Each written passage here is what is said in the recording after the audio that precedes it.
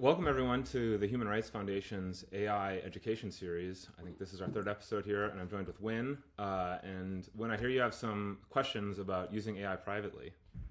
Hey Justin, it's good to meet you here. Thank you for taking your time. Yeah, great. I have a lot about question about AI. Obviously, this is like kind of like a new technology, and that as a activist, from Burma, I really wanted to explore how this kind of like AI, can support human rights activists and journalists and non-profit leader, all those brave people. Awesome, yeah. So, can you share a little bit about how you use AI and questions you have about how you could maybe use it better? Yeah, I mean, I use like popular Western AI, generated AI stuff. Like for example, ChatGPT, Grok AI, and even I use DuckDuckGo. So like a variety of I test it around and I love it. But that even though I love it, because they respond like extremely great, accurate example, sources, link, and but my concern is, what about the privacy, right? What about those companies get hacked, and what about maybe like those companies like data exposed to authoritarian government? So because like AI is like we must have to adapt the AI technology. Even you are activists, whatever like dictator already using it like AI technology. So activists must adopt the AI, but I'm concerned about this kind of like a civilian risk, right? So we don't know what. So is there any AI technology? Is there any AI technology that can give you power to maintain sovereignty or your own data ownership? Yeah, that's a great concern. I think activists have a bit of like a catch-22, where on one hand they want to make sure that they improve their productivity, and they need to, right? Because AI is improving the productivity of their adversaries. But on the other hand, they want to make sure they do it privately, or else, if they're not private with their usage, then they can also get in trouble. So, in our last episode, we covered three ways to do this, and in this episode, we're going to dive deep into one. So the three ways, in summary, were a proxy. That's where you basically send your requests through another service, and then it gets to ChatGPT. And so that just means that ChatGPT, for example, can't see who you are. They don't know your credit card number. They don't know your address. They don't know your name, right? So it hides something about you, but they still see your questions. The third was a service like Maple, which is, we call this an enclave. So it basically makes it so you, it's like Signal, but for AI. So with Signal, when you message your friend, the text you're sending gets encrypted, so nobody in between, such as the Signal company, can see what you're sending. And so that's what Maple does: is when you ask a question, it's encrypted and they can't see it, but you're still dealing with a third party. The third option, and probably the thing that has the most potential, is using a local model. And what a local model is there isn't really a third party. You download a piece of software onto your own computer, and you can chat with it just like you can chat with ChatGPT. The key is that the AI, the thing you're chatting with, and I'll explain a little bit more what that is later. The thing that you're chatting with is not on someone else's computer. It's on your computer. And so the questions you ask never leave your computer. They stay on your computer, and so it's much more private that way. There are some caveats, right? So for example, if there is spyware on your computer, then that could potentially leak that way. But it will be from it would have to be like a virus that's already on your computer, at which case nothing you do on the computer is safe. So that's always one caveat: is anytime a computer is involved, there are some risks. But if you're using a computer, this is about as good as you can get. And with a local model, there's always a chance that you can just turn your internet off, and that means that nothing can leave your computer at all. Mhm. Awesome. So I'm going to share my screen here. And so what we're going to use is a tool called Ollama. So here's just an example. You can Google it. I use DuckDuckGo. I try to use DuckDuckGo because it's, it's not run by an advertising company. That's always a great thing. Set your browser to DuckDuckGo or another one like that. So you just download Ollama and you can click the one that's relevant. So I have the link here, and it's a really quick, you hit a download button and then you'll do a normal installation for your computer. And so I already have it installed, and it looks like this. So it looks like a very similar thing to ChatGPT, right? And the Yeah, key similar here, interface. the key here is this, right? Like which model you're going to use. And think of the word model as like which AI, right? Which AI. And so all these models, and I mean, this is like a little technical. It's a little tricky. There's two parts to everything. The thing on the left of the semicolon and the thing on the right. So the thing on the left is basically like think of it like which company or which product you're using. And then on the right is how big it is, basically how smart it is. So a lower model will be something that you can run on a cheaper computer, a more basic computer, and the big ones are run on a more expensive computer. So for example, this one I would have no problem running on my computer. This one 120B, I have a very nice computer because I'm a programmer, and this one basically froze my computer an hour ago. So so when you try these, start with a low number, and the low number is going to be kind of dumb, and then you can try higher ones, and eventually your computer won't be able to run it because you would need a nicer computer. But start with the low ones like 1B or 4B, and you'll notice that one other thing is, there's two classes of open models, Chinese ones and basically Western ones. And so Quen and DeepSeek, you've probably heard these names. These are GLM, I think Minimax as well. These are Chinese models. And then there are American ones like GPT OSS, that's American. Gemma is from Google. I think there's a few, I think Mistral recently, I think that's a French company, has some new ones. So those are just a couple things to understand about what it means to choose a model. So what I think we're going to do is choose Gemma 4B. Right. And I'll just demo, I want to use Gemma 4B, but actually I'll try this one just now just to show you what it's like for the first time. Right. So I'm going to say like, tell me a joke. And so the first thing you'll see here is that it will download the model, right? So it will take a little bit, and so this is the smallest model, and it's 778 megabytes, which is kind of big. It's like the size of a movie, right? And I have fast internet, and it's going to take maybe 20-30 seconds. So this is one thing to understand, is you're downloading an AI onto your computer, and so it's like a file. I want to just, as this happening, I want to call out this talk. Andre Carpathia is a great person to watch his talks if you want to learn about AI. He has this great talk, 1 hour intro to large language models. That's like ChatGPT. And if you want to learn more about what this means, this is a really great talk. He's an amazing teacher. And this slide is really cool. So this basically explains what an LLM is. So what it is you take all the text that's ever been on the internet, right? They spent all these years downloading every page off the internet, right? And so it's a huge amount of text.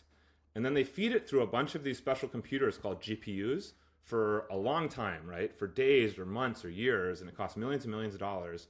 And the effect is that you basically are able to compress all the text on the internet into a small file, right? And so that's what's happening here. We just downloaded, remember you saw that download bar? We basically downloaded this file, which is like kind of a compression of the internet. So you don't have everything that ever happened on the internet, because compressing means you basically make it smaller and you lose some information on the way.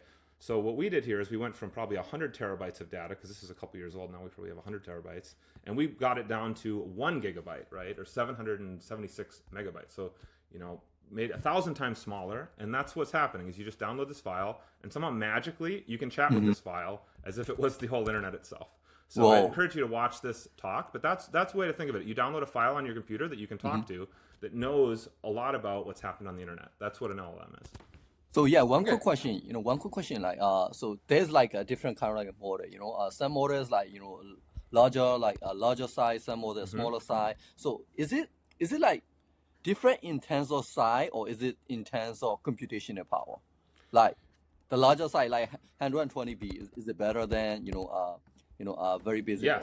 Yes. So basically, in this process of taking a huge amount of knowledge, like think of this as all the knowledge ever, right? The more you shrink it down, right? So you shrink it down to 1 terabyte, then 100 gigabytes, then 10 gigabytes. The more you shrink it down, what they're trying to do is keep useful information, but every time you make it smaller, more information is lost. So for example, let's say we start with a huge amount, and then at 1 terabyte, it still knows a lot about Burma. At 100 gigabytes, it still knows a lot about Burma. But by the time it gets to 1 gigabyte, it may have forgotten everything it knew about Burma, right? And so for you, that's a big deal because you're from Burma, right? So things are lost. And of course, the Chinese models will remember and forget different things, right? Like some of the American models might forget some CCP propaganda that the Chinese models will remember, right? So that's the way to think about it. A bigger model generally is better. It's generally smarter, but it takes a more expensive computer to use it, right? So if you're running on your laptop or your phone, you're sort of forced to try the smaller models. And that's the big trade-off here with using a local model. The good news is that this is just going to get better and better and better over time. Like 2 or 3 years ago, the ones that you could run on a consumer laptop were just terrible. And now they're getting pretty good. So we'll show you a couple use cases that are possible today that were just impossible like a year or two ago. So hopefully the dream is in 2 or 3 or 4 or 5 years, you know, we can have something that is as smart or smarter than ChatGPT 5 running on your own laptop or phone.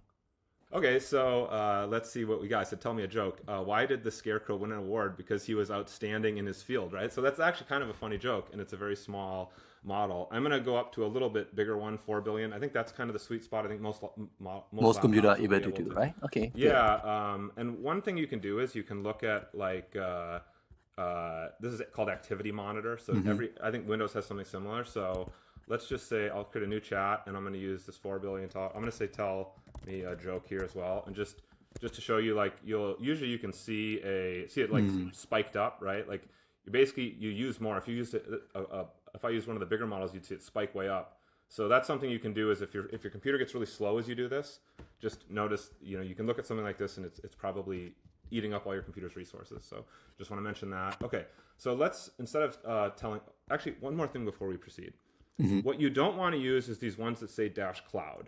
So Ollama recently introduced these. So these are the same as ChatGPT. Anything that says cloud, don't use it, basically. Because these are ones where they run it in the cloud for you. Right? So I would say just ignore these. I wish they didn't do this. If it says cloud, don't use it, because that basically means they're kind of cheating, and they're running it, and it's no different than ChatGPT. So just avoid the ones that say cloud, right? Because it's exactly the same thing as ChatGPT, where the file you're talking to is on their servers, and they can see every question you ask. Okay, so now that we have that, let's go through some actual use cases. So I hear you were thinking about maybe teaching a course about Bitcoin. Is that right? Right, yeah, that's like what I'm thinking about, because like obviously Bitcoin is probably like one of the most misunderstood technology, but you know, as activists, we also understand, you know, this is like very important tools for people in like closed society. So you know, but I think there's a lot of crypto things, right? Bitcoin and crypto like a different thing, but a lot of people stay, you know, in the blast stage. So I want to like make a sort of like a simple Bitcoin education, you know, curriculum for people living in developing world or authoritarian regime. Okay, I'm typing this out. So that's one sort of an example. And let's say you had some examples you wanted to have in your course about local people. You didn't want to leak their identities. You maybe wanted to have some examples that you'd rather keep private. So this is something where you could, you know, put those in here, and you have this. You could make this question that you don't really want to share with ChatGPT. You don't really want to share with a third party. You'd rather keep it private. And if you do it here, this information never leaves your computer. So this will take some time, and just in the interest of time, we won't go through it yourself. But you can see that this is the same exact user experience as ChatGPT, but you're able to keep your data private. One thing you can do here that's interesting that I won't try is you can turn off your Wi-Fi as you're playing with this, and it will still work, right? So if you turn off your internet normally, that's like game changing. Yeah, so that is game changing. So you're able to use Ollama with your internet off. So like if you were in Iran with no internet right now, you could still use Ollama if you had downloaded the model previously, right? So you need the internet to download the model, this guy. But once you have it, you can use it without internet. And so that is game changing. That's one of the two things besides privacy. So the two big benefits are privacy, and you don't need internet to do this. So so these are the two game changing things. And I encourage you to try that, right? Like go and turn off your internet, ask a question. This will work. Do the same thing on chatgpt.com. It will not work. And so that's one thing that people can try. If I turned off my internet now, the call would drop, so we can't do that here. But this is really great. So you could go back and forth just like on ChatGPT. You know, one other thing that I think is an interesting example that people do with LLMs that I think is kind of dangerous is, you know, using them as kind of a counselor or a journal, you know, helping journal together, or do these things where you talk about very private things about your life. And that's something I would really discourage people to use ChatGPT for, because you don't want to tell an advanced AI that someone else controls everything about your private life and how your mind works, right? That's just reckless. And HRF has done a lot of work, like with this Mm-hmm. resilience treat, for example, helping activists with their mental health, right? So, proviso, some people kind of go overboard with this. So don't, if you don't want to totally outsource all your thinking to an LLM, but I think for helping you process some of your experiences, it's great to have an LM that can do some stuff. So like just Googling, for example, I found some interesting little prompts, right? So you can just say like, hey, act as a compassionate and insightful personal reflection coach, right? And so you can just fire this in here as a first thing, and then say like, hey, I had or you can fire that in there first, and you kind of set up the conversation, and then you could say like, hey, I had a rough day at work, help me process it, or something, Right. and so this is something that I really wouldn't discourage you from doing this with ChatGPT, because you're uploading your consciousness almost to a third party that doesn't always have your best intentions. But here, these private details never leave your own life, and when you're done, you could just go over here and delete it, for example, and no one else will ever see this conversation, which is really cool. Right, You can also right. talk about things you're maybe too ashamed to tell another person about, right? And here on your own computer, you could discuss these things. So I that's think kind of that's the like game. really powerful for activists, because like activists, they gonna like a fight with dictatorship, Hmm. and also they will also have like their safety as well, So I mean, as an activist, I also understand other activists all around the world. It's like extremely sort of like a safety option, So like most Yeah. people are not willing to talk to other like even like therapists, because like they prefer to obviously talk to the AI. But a lot of people I know use like ChatGPT and all those stuff, but Yeah. this is really next level. This one is really Yeah. next level, because like your data is like your own. Cool. Yeah. And so we started with a kind of a productivity one, like help me design a class, or help me generate some Mm-hmm. ideas. And then we talked about kind of more personal mental health. And then the last one is like, okay, help me analyze things, or Mm-hmm. kind of some more productivity things. So we were talking, and Win sent me this article, which is like kind of an interesting thing that would be relevant. But I'm a busy guy. I don't want to have to read it. It's long, Yeah. right? Maybe some of you can relate to that. Don't want to read 20-page articles. So here I downloaded it, and a neat thing is if we create a new article here, or a new chat here, you could just drag and drop it and say summarize. And this is very powerful too if you have, let's say you have like some private documents that you'd like to have an AI assist you in analyzing, right? Like some data dump from a whistleblower. You probably shouldn't upload those to a third party like ChatGPT or Google. But if you do it here on your own computer, especially if you have a computer that never touches, you install Ollama and a model, and then you never connect the computer to the internet ever again. That is a very private way to analyze such a document. But yeah. So yeah, this is really neat. And Mm-hmm. one other thing is that I think we could translate this maybe, right? Like let's say I was in speaking I speak Burmese, like, Right. and I haven't tried this, but let's try it. Translate Yeah, this. let's try. Translate. Let's just say translate the what do they call it? The abstract to Burmese. Okay, let's do it. Does that make any sense? Okay. Let me see. Uh, okay, here's a translation. Yeah, like 85% accuracy, So yeah, but understandable, it's no It's problem. Like understandable. Yeah. So it's actually a good example, right? Like if you did this chat GPT, it'd probably be 95% or 100%, right? So Right. there are Right. limitations. The computers that ChatGPT runs on, and the similar ones, are probably like $100,000 computers, right? They're just much more fancy than a laptop, Mm-hmm. and so that's one of the trade-offs here, is you won't get quite as good of a result, but also it's private. So I encourage you all to just try this. It's kind of fun. Treat it like you're a researcher trying to figure out, what's the difference between ChatGPT and this. Try to find examples like we just did here, where maybe figure out what it can do and what it can't do, and yeah, you'll just have a little better understanding of how these tools work. Great, awesome, and also like offline, because obviously authoritarian regime, like they're using like cutting off the internet is like their go-to operation strategy, right? So Exactly. very recently, Iran, Uganda, and a Hmm. lot of things happening in Burma. Yeah.